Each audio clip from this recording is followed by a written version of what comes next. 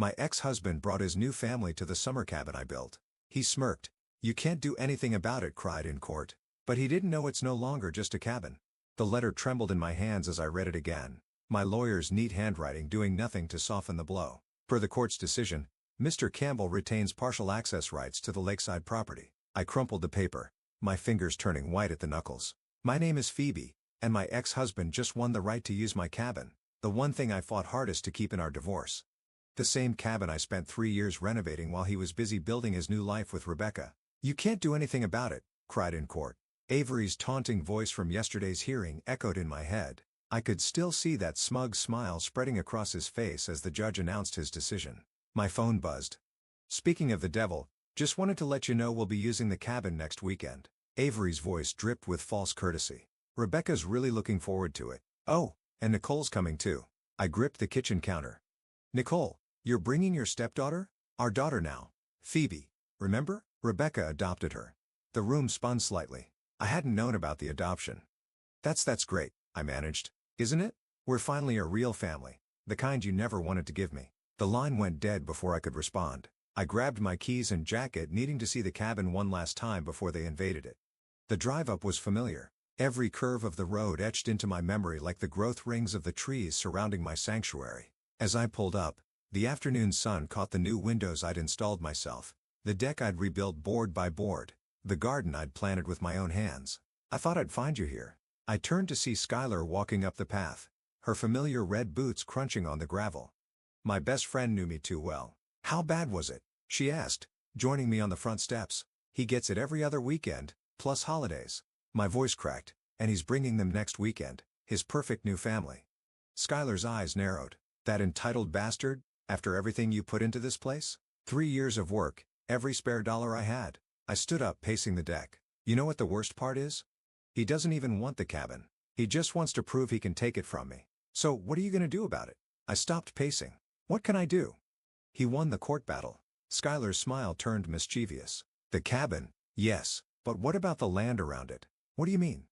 "Well, I've been doing some research. The property lines extend way beyond the cabin itself, and there's nothing in the court order about how you use the surrounding land, is there?" I felt a spark of something dangerous ignite in my chest. No, there isn't. "And you know what this area needs? A community center, specifically a women's resource center." Skylar's eyes gleamed. "Imagine Avery's face when he brings his perfect new family up here only to find himself surrounded by the kind of independent, empowered women he tried so hard to control." I walked to the edge of the deck, surveying the clearing beyond the cabin. The space was perfect, visible from every window, impossible to ignore. "It would take money," I said slowly. "Resources. I know some people, including a journalist named Valentina, who'd love to cover a story like this." My phone buzzed again. Another text from Avery. "BTW, having professional photos taken at the cabin next month for Rebecca's social media. Hope you don't mind." I showed Skylar the message and she laughed. "Oh, this is too perfect. You know what they say about karma? That she's a patient bitch." "Exactly." Skylar linked her arm through mine. "So what do you say? Ready to give karma a little push?" I looked at the cabin, my cabin, and felt the weight of every dismissive comment, every manipulative move, every cruel jab Avery had ever thrown my way. Then I thought about Nicole, his stepdaughter, being drawn into his web of control. "You know what?" I smiled for the first time that day. "I think it's time this place lived up to its potential, not as a weekend getaway for Avery's perfect family photos, but as something that actually matters." Skylar squeezed my arm. "That's my girl. Let's make some calls." As we walked back to our cars, planning our first moves, I couldn't help but glance back at the cabin. Avery thought he'd won. Thought he'd finally broken me, but he'd forgotten one crucial thing. I'd rebuilt this place from nothing once before. I could do it again. Only this time, I'd build something he couldn't touch. "Look at this." Skylar spread the property maps across my kitchen table, her coffee going cold beside her. "The court order specifically mentions the cabin and immediate surrounding area, roughly 50 feet in each direction. But you own 5 acres, Phoebe." I traced the boundary lines with my finger, "and everything outside that 50-foot radius is completely yours to do with as you please." Skylar pulled out her laptop. "I've been researching similar projects. There's a women's center in Portland that started in someone's backyard. Now they help hundreds of women start their own businesses." My phone lit up with a text from Avery. "Need to store some jet skis at the cabin. Making memories with the family." I turned the phone face down. "So what's our first step?" Actually, Skylar typed something into her laptop. I already took it. Remember Valentina, the journalist who covered that corporate scandal last year? The one who made that CEO cry on camera? That's her. She's meeting us for lunch in 20 minutes. I nearly choked on my coffee. Today? Skylar, I'm not ready. You're never more ready than when you're angry. She closed her laptop. And trust me, Valentina's going to love this story. The cafe was busy when we arrived, but I spotted Valentina immediately. She had that journalist energy, alert, observant, already taking mental notes as we approached. So, Valentina said after introductions, Skylar tells me you're planning something revolutionary. I hesitated, but Skylar jumped in. Show her the text, Phoebe. I pulled up Avery's message about the jet skis. Valentina read it, then scrolled through the previous messages, her eyebrows rising. And this man, your ex-husband, he fought for access to a cabin he barely used during your marriage? He fought because he could, I said, because he knew how much it meant to me. Valentina leaned forward. And now you want to build a women's resource center around his weekend getaway spot? Not around it, I corrected. Beyond it, on land that's legally mine. A slow smile spread across Valentina's face. Tell me more. For the next hour, we outlined the vision, workshops, business mentoring, skill-sharing sessions, a place where women could find support, resources, and community. But here's what makes it newsworthy, Valentina said, scribbling in her notebook. It's not just about revenge. It's about transformation. Taking something meant to hurt you and using it to help others. I have some contacts in construction, Skylar added. Women-owned businesses ready to help. We could break ground within weeks. Valentina's eyes lit up. And I know several successful businesswomen looking for meaningful projects to support. This could be huge, Phoebe. Just then, my phone buzzed again. This time, it was a photo from Nicole, Avery's stepdaughter. She'd sent a picture of herself at some corporate event with Avery and Rebecca looking uncomfortable in a too formal dress. Dad's making me intern at his firm. Her message read, I hate it here. I showed the others the message. Perfect timing, Valentina said. We could include youth mentorship programs, give girls like Nicole alternatives to their parents' prescribed paths. Avery would lose it, I said, feeling a mix of satisfaction and genuine excitement. That's just a bonus, Skylar grinned. The real win is what this could mean for the community. Valentina closed her notebook. I want to break this story, not just about the center, but the whole journey from divorce court to community triumph. It's the kind of inspiration people need right now. When? I asked. Let's time it right. When's your ex planning those social media photos? Next month. Perfect. Valentina's smile turned calculating. We'll have the foundation laid by then. Nothing he can legally object to, but enough to ruin his perfect family photos. And when he reacts, we'll be ready, Skylar finished. Back home that evening, I stood in my backyard imagining the transformation to come. My phone buzzed with a group chat Skylar had created. Project Phoenix. Valentina had already shared contractor contacts. Skylar had drafted a preliminary budget. This was really happening. Another text from Nicole popped up. Dad's bragging about his plans for the cabin. Says he's going to make it actually worth something now. I thought about Nicole's forced smile in that corporate photo about all the other women and girls trapped in lives others chose for them. Then I thought about Avery's face when he realized his victory lap had become someone else's starting line. Don't worry. I texted back to Nicole. Things around here are about to get very interesting. I added a Phoenix emoji, smiled, and got to work on the permit application Skylar had sent over. Sometimes the best revenge isn't about destroying something. It's about creating something better from the ashes. The local courthouse hadn't changed since my divorce proceedings. Same worn wooden benches, same stuffy air, same feeling of butterflies in my stomach. But this time, I wasn't here as a defendant. I was here to meet Judge Rolando for coffee. Phoebe, his familiar voice boomed across the lobby. What brings you to my neck of the woods? I held up the community center proposal Skylar and I had prepared. Actually, I was hoping to get your thoughts on something as a pillar of the community, of course.